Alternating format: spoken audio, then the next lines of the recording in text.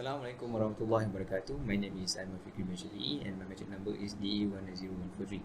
So today I'm going to present about the power system protection assignment project Live Free or Die Hard. So we are from group PSP7 and this is our group member.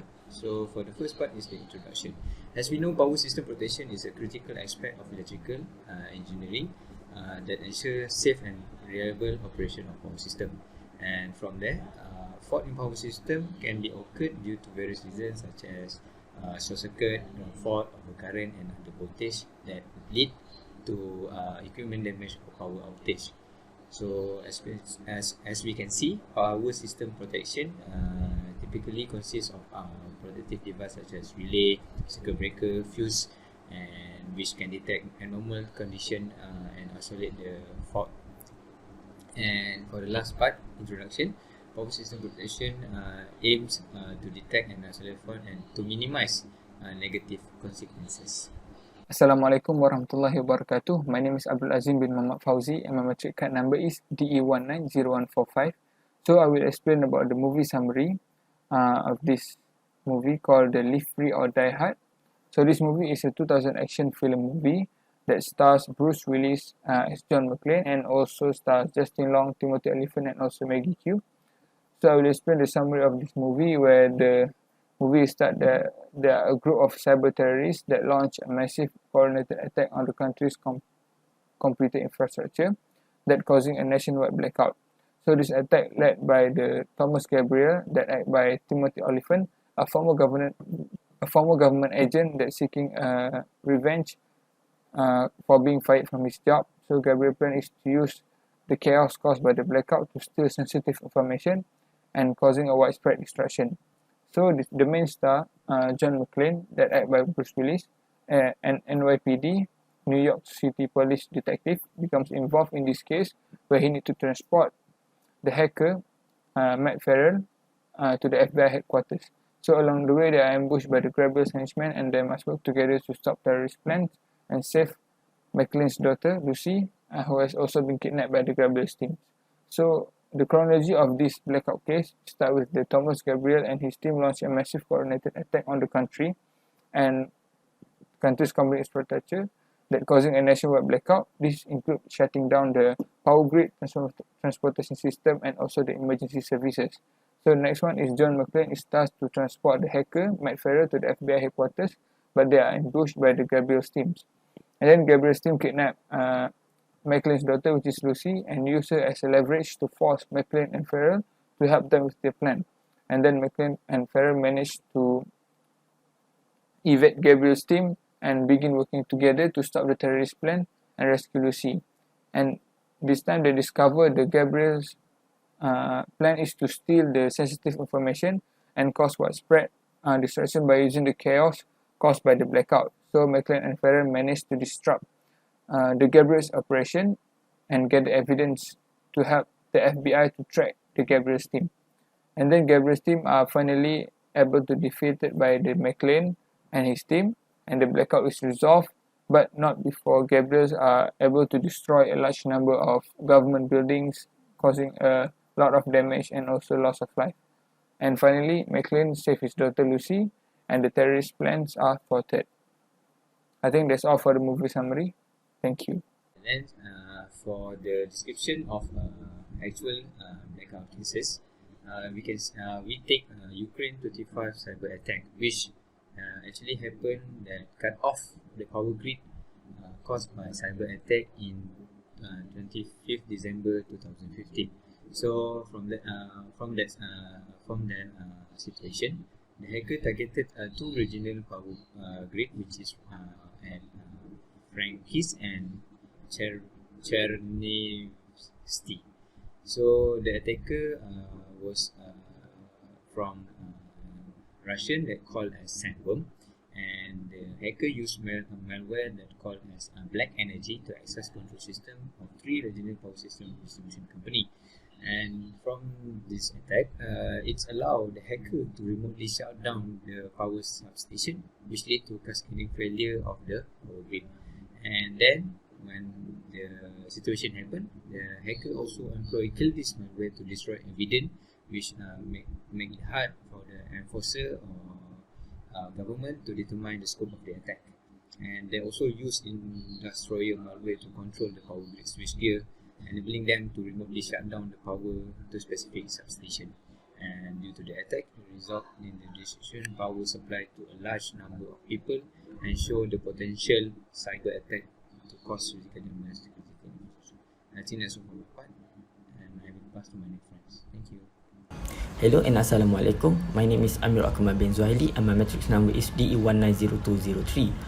So I will explain the chronology of the actual blackout case. So the blackout is due to the power grid attack on Ukraine. So it occurred on 2015 and also 2016. So in 2015, there is only one day where the power grid was attacked. And also in 2016, there is only one day where the power grid was attacked. But in 2015, there will be two parts, which is part 1 and part 2. So without further ado, I will explain one by one. So the first attack was on 23 December 2015. So over 16 substations located in the Ivano, Frankiv and Kiev region was hijacked by a group of hackers. So the black energy malware was used to gain access to the network of 3 regional power distribution companies, and it caused disruptional to their operations. And then 225,000 consumers were left without power for several hours. On the same day, the hacker launched a telephone denial of service attack, or called as a TDOS, affected the call center to stop the Ukrainian from reporting the power outage issue.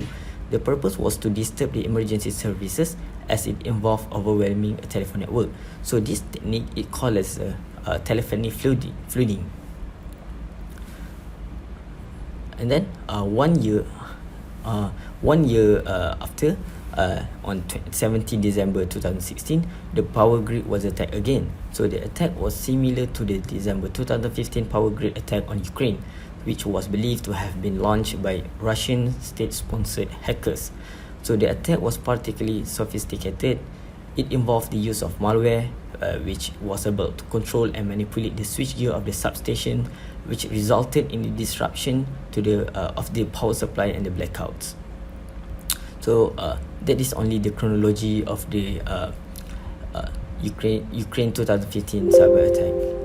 Okay, so that's all. Assalamualaikum warahmatullahi wabarakatuh. My name is Muhammad Afiq Fandi bin Muhammad Kusrin. My matric number is DE190109. In this video, I will explain about the restoration of the grid after the cyber attack. So there are 3 restoration steps that we need to follow. So first is the isolated the affected system to prevent the further damage. So from this point, the power line must be disconnecting from the internet. After that, it needs to identify the source and the type of attack. The third one is the review the log and other data to determine how the attackers gain to access the system.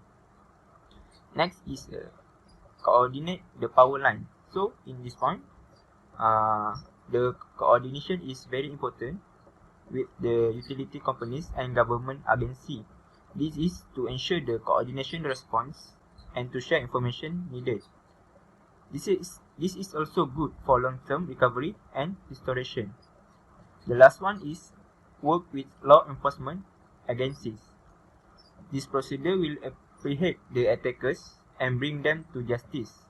The last one is it also can send message to other hackers that the attacker will not be tolerated. Assalamualaikum warahmatullahi wabarakatuh. My name is Abdul Shadi bin Azim and my matric number is DE10184. And this part I'll be explaining about the lesson that we can learn from the actual incident that happened in Ukraine in the year of 2015. So there are 3 lessons that we can learn from the attack. So the first lesson is we can obtain from when the malware was sent through the email of the operator. So from there we can restrict the data flow, and the traffic between zones on the operational technology network should be filtered through the system firewall and strict flow control. So this way the miscellaneous email will not be sent through the power grid system. Next is the monitoring of information technology and operational technology network. So without strong supervision, the hacker would easily scan the network vulnerabilities and power grid weakness, so they easily target the system. So with strong supervision, the hacker would not be able to scan the network easily. Hence, the hacker would not know the network and the power grid vulnerabilities. For the third lesson that we can learn is proper training. During the incident, the operators was not trained properly to make a decision whether to pull or not the cables of the operating system, preventing the malware from spreading more. So with proper training, the operators can minimize the damage occurring on the grid by making a quick decision by pulling the cables, preventing from the malware to spread throughout the system. Between the movie Live Free or Die Hard and the actual incident that happened in Ukraine in the year of 2015, there are a few similarities that we can acknowledge. For the first similarities that we can see is that both are caused by cyber attacks. From that, we know that both uses malware to gain control of the power grid system. And also, for the third similarities is that both targeted the same objective, which is to turn off the power supply by disconnecting the switchgear and the breakers. Although the difference between those two incidents is that from the movie, the malware was failed to be uploaded, while the actual incident, the malware was successfully uploaded and the hacker gained control by turning off the switchgear and breakers. For the fourth similarities is the outcome are the same. So from the movie, the malware was not successfully uploaded, but they used an alternative method, which is to blow up the generator, hence disconnecting the supply throughout the affected area. And for the incident also, the switchgear and the breakers were disconnected from the supply, so the affected area was undergoing a blackout. So both outcome was the same, which is causing a blackout, and it caused a massive panic on the affected victims. So for the conclusion of this assignment, we know that the cyber attack against power grid is dangerous as it could affect the lives of the victims. For example, a hospital will need power to supply for the life support system who the patients need to stay alive. So if the power is out and then the power for the life support is cut out as well, so the life of the patient will be at stake. Next, we know that power grid should be protected from cyber attacks. So from the incident of Ukraine, we can learn a few things. So the cyber security need to be strengthened in order to avoid this kind of things to happen again. Next is that the movie and the incident taught a valuable lesson. The movie and the incident taught that cyber attack against power grid is real and it is dangerous and it is possible to happen in real life. And from that valuable lessons, future engineers can now expect what to do in case it happens again. So they now are prepared in case if there's a cyber attack against the power grid, and they know how to handle the situation. So that will be all from our group. Thank you.